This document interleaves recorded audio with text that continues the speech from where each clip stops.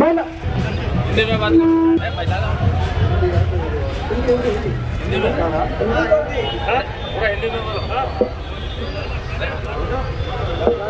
भारत माता की भारत माता की जय सिया राम जय सिया राम ఇవాళ అత్తాపూర్ డివిజన్ నుంచి భారతీయ జనతా పార్టీ క్యాండిడేట్ మా సంగీత అక్కకి ఒక నమ్మకంతో భారతీయ జనతా పార్టీ టికెట్ ఇచ్చింది. ఎందుకంటే అత్తాపూర్ డివిజన్ ఎట్టి పరిస్థితుల్లో మనం గెలవాలి ఒక మంచి ఆలోచనతోని. అదేవిధంగా మా మల్లారెడ్డి అన్న గారు దాదాపు 40 years నుంచి భారతీయ జనతా పార్టీ సేవ చేస్తున్నారు. ఇంకా పెద్ద పెద్ద నాయకులు ఉన్నారు. వాళ్ళు చెప్పిన తర్వాతనే సంగీత గారికి టికెట్ ఇచ్చినారు. అదేవిధంగా వేదిక పైన ఉన్న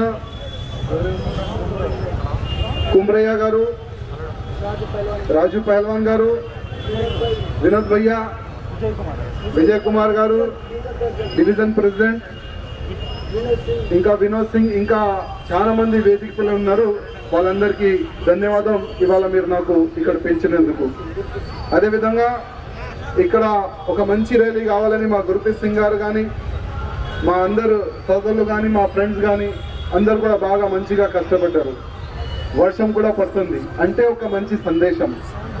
ఈ డివిజన్ మనం గెలుస్తామని ఒక మంచి సందేశం కూడా వర్షం పడుతుంది ఇవాళ. నీకు హిందీ ఓకేనా, తెలుగు ఓకేనా? हिंदी क्या बात है, मेरे को सहूलियत हो जाती. आज म्युनिसिपल कॉरपोरेशन चुनाव चल रहे हैं पूरे तेलंगाना में. एक अलग सा वातावरण बन गया और ये चुनाव है म्युनिसिपल ग्रेटर हैदराबाद का. लेकिन इस चुनाव को एक युद्ध की तरह देखा जा रहा है और आज तेलंगाना की जनता एवं हैदराबाद की जनता चाहती है कि इस बार कुछ चेंज हो जाए, कुछ वातावरण चेंज हो जाए.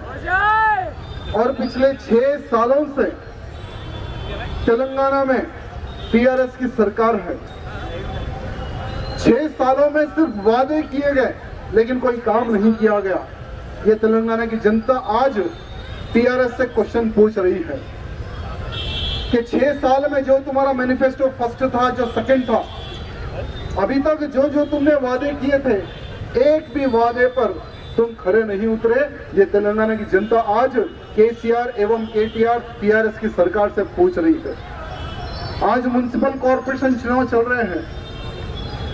एक तरफ भारतीय जनता पार्टी की ताकत, एक तरफ भारतीय जनता पार्टी के कार्यकर्ताओं की ताकत, तो एक तरफ टीआरएस की ताकत.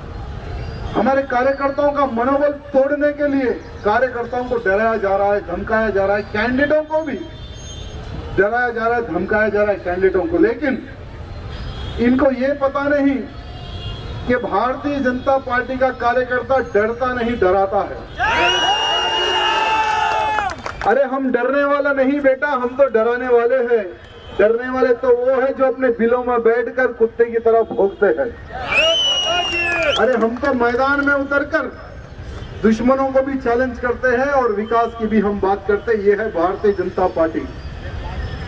एक तरफ भारतीय जनता पार्टी के अधिकारीगण विकास की राह पर चल रहे हैं तो दूसरी तरफ हमारे केटीआर साहब ये कहते हैं कि भारतीय जनता पार्टी के लोग दंगा फसाद कराने की योजना रच रहे हैं. आज कई ऐसे राज्यों में भारतीय जनता पार्टी की सरकार है, कहीं पर भी किसी प्रकार का कोई दंगा हुआ ना फसाद हुआ. हर भारतीय जनता पार्टी की गवर्नमेंट में हिंदू, मुस्लिम, सिख, ईसाई सब लोग मिलजुल कर रह रहे और अच्छा विकास की राह पर आगे बढ़ रहे. लेकिन यह म्युनिसिपल कॉरपोरेशन चुनाव में हिंदू और मुसलमानों को लड़ाने का एक षड्यंत्र ये टीआरएस एवं एमआईएम के लोग कर रहे हैं.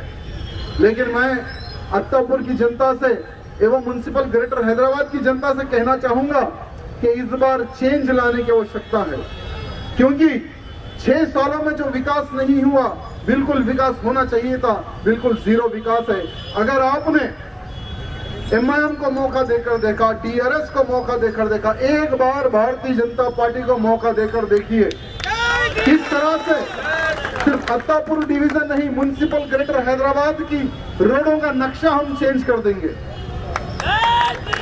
हर क्षेत्र में, हर गली में आपको सिर्फ विकास दिखेगा, करप्शन बिल्कुल नहीं दिखेगा।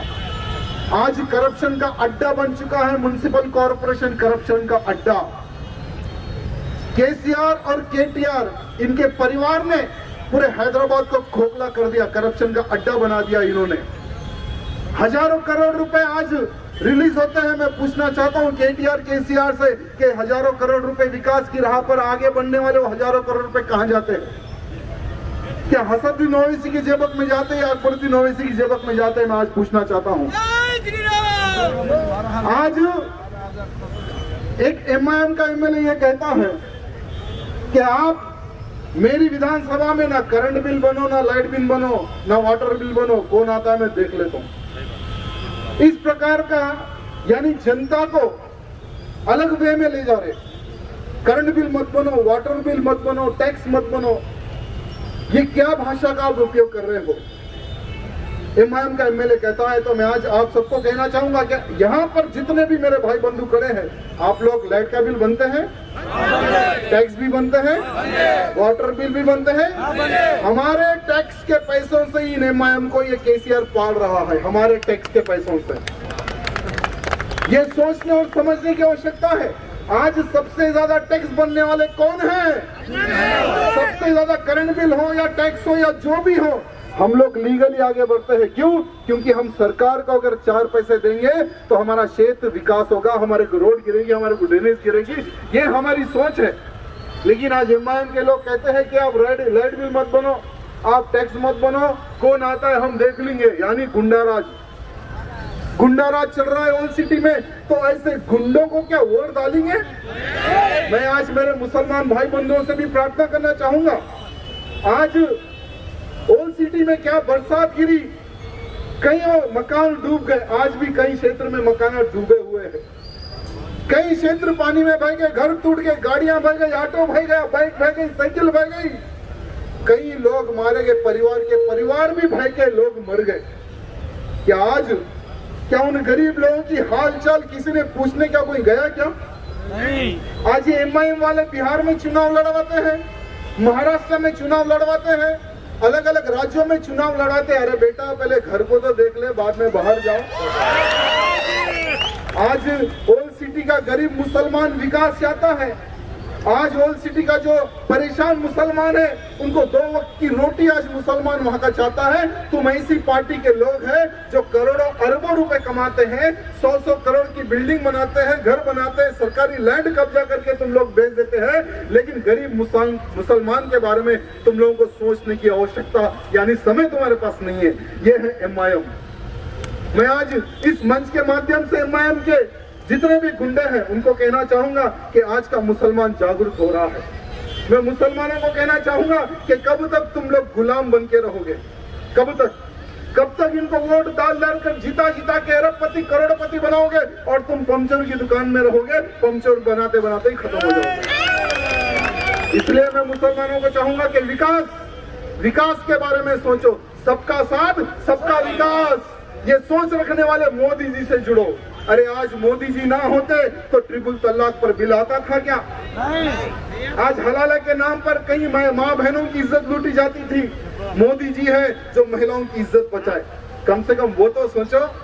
आज करोड़ों अरबों रुपए तेलंगाना के विकास के लिए मोदी जी भेज रहे केंद्र से, और ये केटीआर कहता है कि कुछ नहीं, हम लोग ही विकास कर रहे हैं। लाखों करोड़ों रुपए तेलंगाना के विकास के लिए आ रहा है। आज आउटर रिंग रोड हो या नेशनल रोड हो या मेट्रो हो, ऐसे कई बड़े बड़े विकास के कार्य जो तेलंगाना में चल रहे हैं, तो वो मोदी जी की वजह से है, वो केंद्र के बजट से है।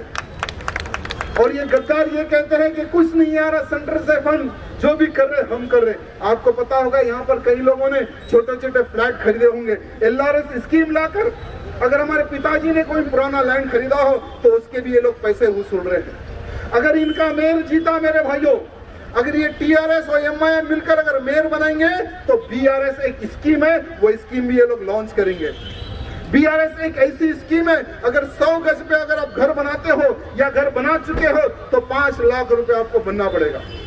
अगर 200 गज का घर है तो 10 लाख बनना पड़ेगा, अगर 300 गज का घर है तो आपको सोचो कितना बनना पड़ेगा। जितना गज बढ़ेगा उतना अमाउंट भी बढ़ेगा, यानी जनता का खून ये लोग चूस लेंगे। तो इसलिए कहना चाहूंगा चेंज की आवश्यकता है। अगर चेंज नहीं करोगे तो ये लोग खून चूसते रहेंगे। आज केटीआर ये कहता है कि हम जो नाई ब्राह्मण समाज है उनको करंट फ्री देंगे, तो क्या आज इलेक्शन के सामने हमारे नाई समाज के भाई बंधु तुम्हें याद आ रहे हैं क्या? लॉकडाउन में कई लोग परेशान रहे, कई लोग बर्बाद हुए, कई लोगों के कारोबार खत्म हुए। जिन जिन घरों को करंट बिल आया, एक यूनिट भी इन्होंने माफ नहीं किया। 3-3 महीने 4-4 महीने का बिल इन्होंने एक्स्ट्रा लूटा। क्या कालू सिंह लूटा नहीं लूटा? लूटा ना। तो ऐसे कई क्षेत्र में इन्होंने लाइट के बिल के नाम पर, टैक्स के नाम पर, नल बिल के नाम पर डबल टिबल चौबल पैसा लूटा। हाल ही में बरसात गिरी, 10-10 हजार रुपए का एक खेल, एक गंदा खेल खेला गया। आपको मैं बताना चाहूंगा, कई ऐसे परिवार हैं जिनको 10,000 रुपए नहीं मिले। ये 10,000 रुपए आपके थे मेरे भाइयों, जो आप टैक्स बनते हैं, जो लाइट बिल आप बनते हैं, उन्हीं में से एक छोटा सा पार्ट 10,000 के रूप